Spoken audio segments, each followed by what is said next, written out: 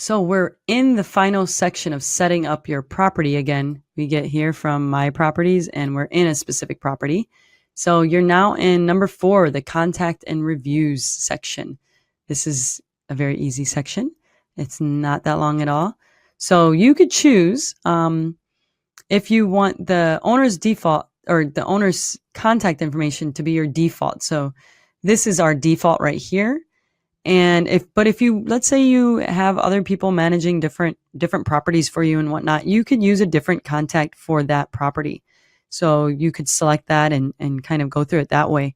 But for us, we kind of use our company to manage all of our properties. So that's how we have it set up, is they all have the same information. But like I said, if you don't have it set up that way and you want somebody, an interested person in booking to contact a different person than your main office, then you should use this other option.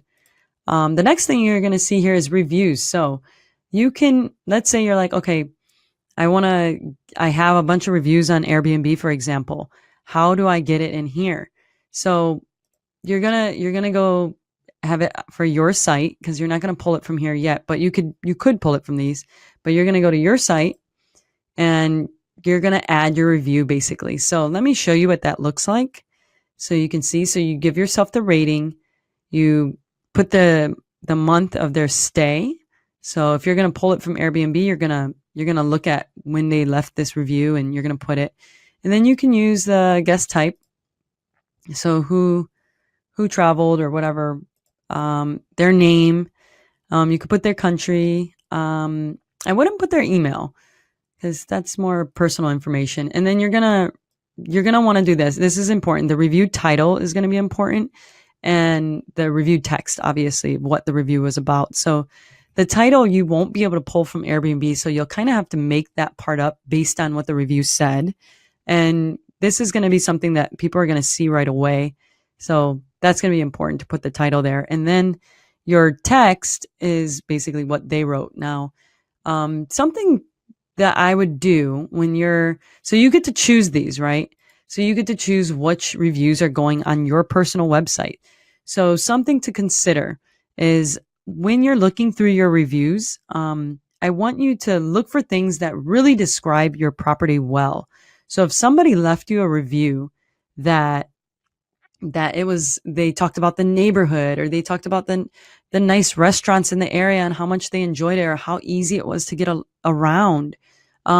Those are great reviews. Look for reviews that maybe talk about how comfortable your bed is, or talk about how great the kitchen is. Things like that you really want to have in your reviews. Now, people that write the really short ones that, oh, this was a great stay, like those aren't very relevant, I would say.